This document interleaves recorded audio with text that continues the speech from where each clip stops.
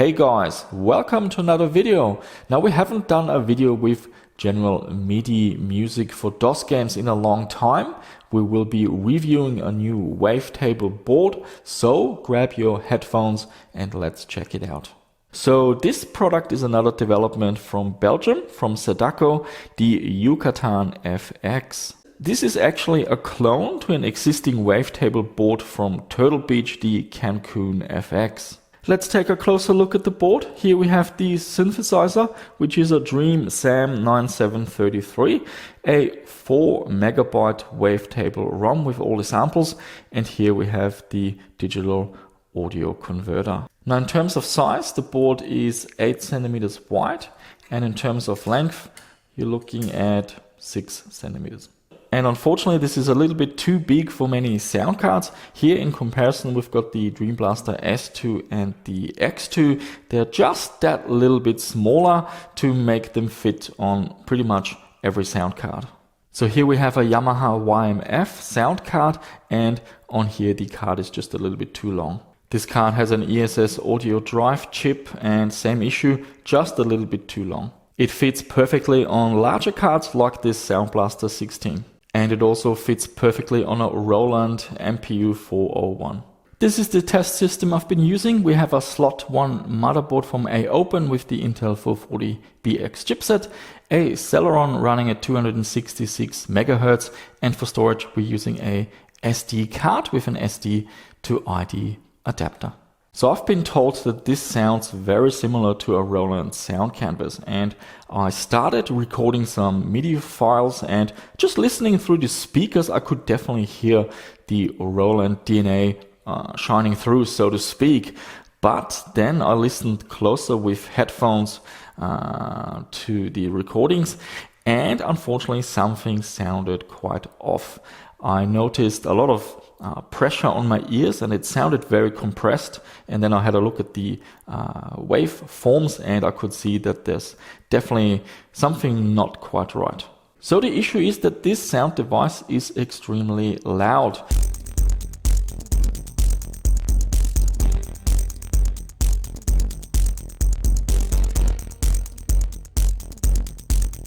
And there are two volumes that we're actually dealing with here. The first one is the analog volume in the audio mixer. You have a driver and you can lower that volume, but that actually does not solve the issue.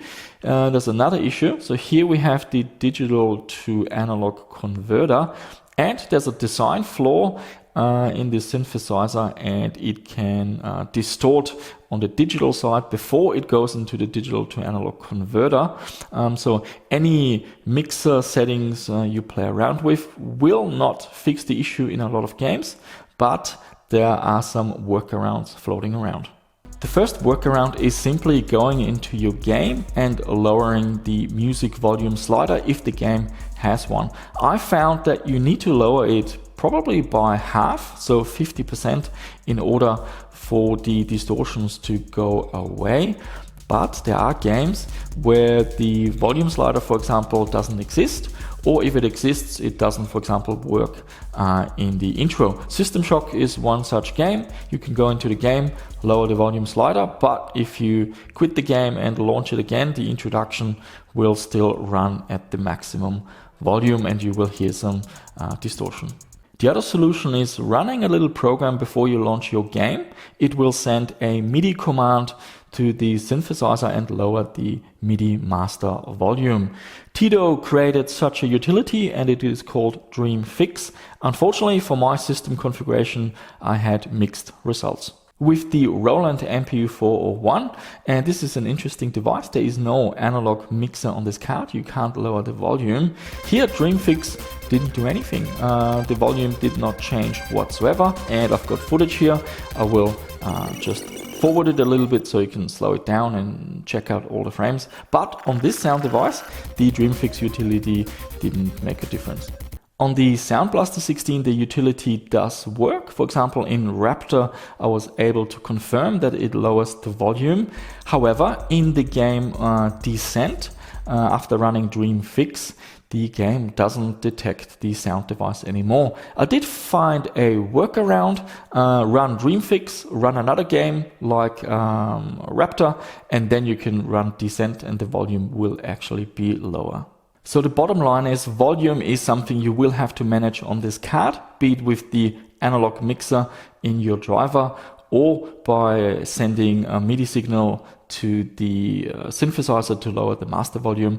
But yeah, it's an additional step that is not necessary with most other Wavetable modules.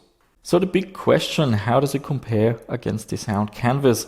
I recorded Descent with the volume slider at 50%. Then I amplified both recordings to have the same volume, and we have a side-by-side comparison switching back and forth. So grab your headphones, let's do a comparison.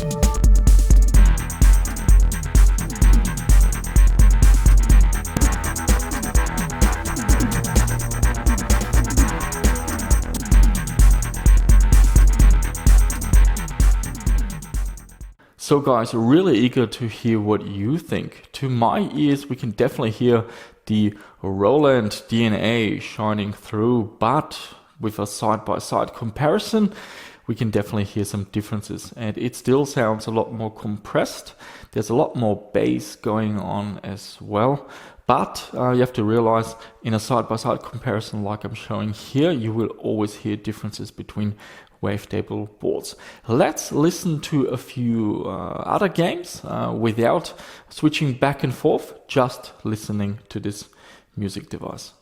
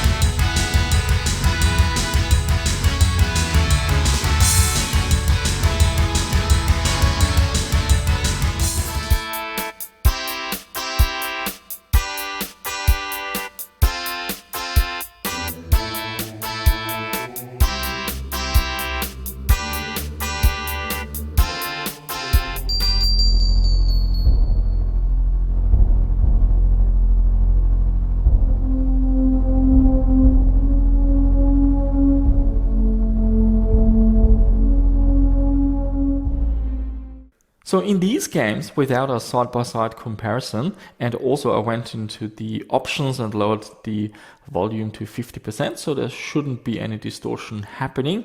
In these games, it does sound rather nice. And just from my memory, I definitely get that Roland sound canvas vibe going on.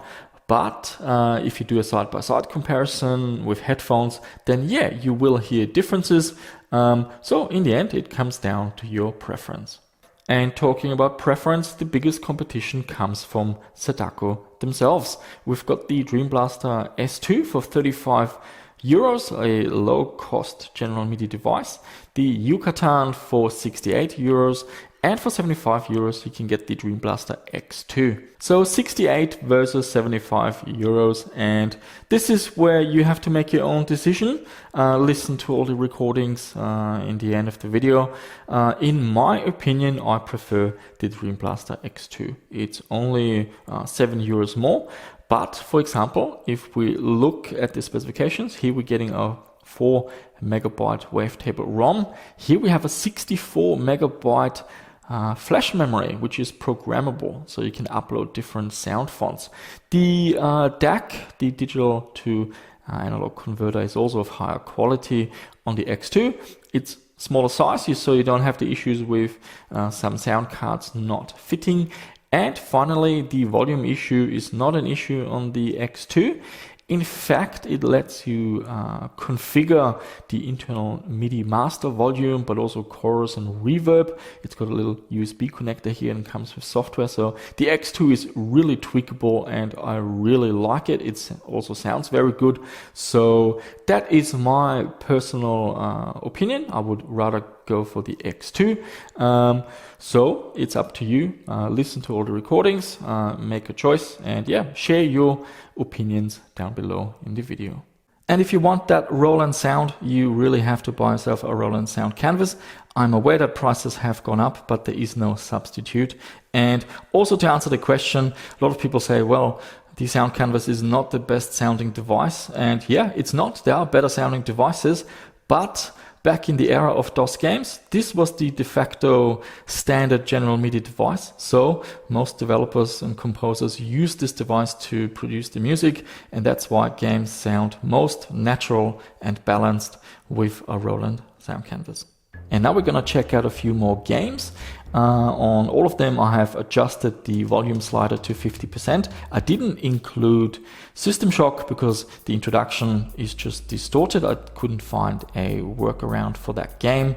And yeah, that's it. Eager to hear your opinion about this device. Links are below in the description, and we have a 5% coupon for the Serdaco shop as well. So yeah, eager to hear what you think, and looking forward to seeing you in another video.